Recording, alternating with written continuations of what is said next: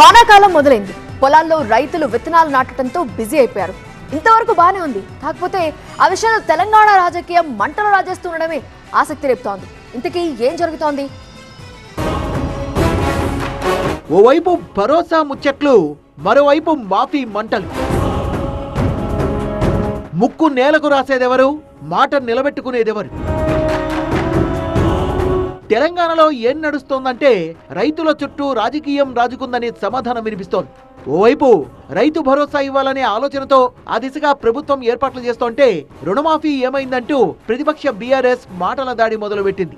SIR అవగాహన సదస్సుల పేరిట జిల్లాల వారీగా సమావేశాలు నిర్వహిస్తోన్న పార్టీ నేతలు కాంగ్రెస్ సర్కార్పై ఒంటికాల మీద లేస్తున్నారు.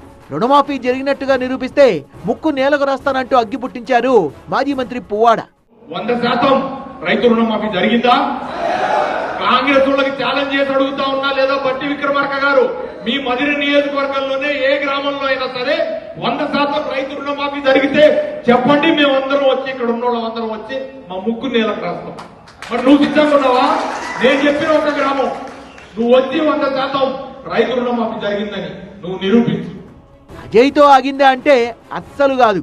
బీఆర్ఎస్ అగ్రనేతలు కేటీఆర్, హరీష్ రావు సైతం రుణమాఫీ విషయంలో కాంగ్రెస్ ను టార్గెట్ చేశారు. రుణమాఫీ చేయలేని రేవంత్, రైతు భరోసా ఇవ్వలేని రేవంత్ బీఆర్ఎస్ ను అధికారంలోకి రాకుండా అడ్డుకుంటారంటూ సెటైర్లు వేశారు.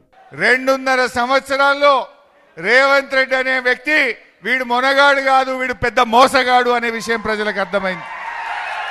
పాపం ఆయన మాట నమ్మి 3 రూపాయల వడ్డీకో 4 రూపాయల వడ్డీకో ఆ 2 లక్షల మీద ఉన్న డబ్బులు కడితే వడ్డీల మీద పడ్డాయి తప్ప 2 లక్షల రుణమాఫీ మాత్రం కాలే. అయిందా? భూమి బద్దలైన డైలాగులు విన్నారా? అటున్న సూర్యుడు ఇటు పొడిచినా భూమి బద్దలు కాలేదు, సూర్యుడు ఒడవలేదు, కానీ ఈయన మాత్రం రుణమాఫీ ఎగ్గొట్టిండు. అయితే అప్పట్లో వరి వేస్తే ఊరే అని చెప్పిన బీఆర్ఎస్ నేతలకు రైతుల గురించి మాట్లాడే అర్హతే లేదంటున్నారు అధికార కాంగ్రెస్ నేతలు. 21,000 కోట్ల రూపాయల రైతు రుణమాఫీపై ఛాలెంజ్ చేసిన హరీష్ రావు ఎక్కడ పారిపోయారంటూ ఎద్దేవా చేస్తున్నారు. సిగ్గు లజ్జ ఉంటే, మీరు మాట్లాడే మాటలకు కట్టుబడి ఉంటే, ఇదే సిద్దిపేటకో సిరిసిల్లకో మేము వస్తాం.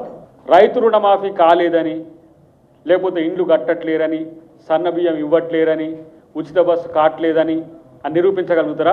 ఇదే సిగ్గు లేకుండా హరీష్ రావు ఛాలెంజ్ చేసే కదా నీకు దమ్ముంటే రుణమాఫీ చేయమని చెప్పి.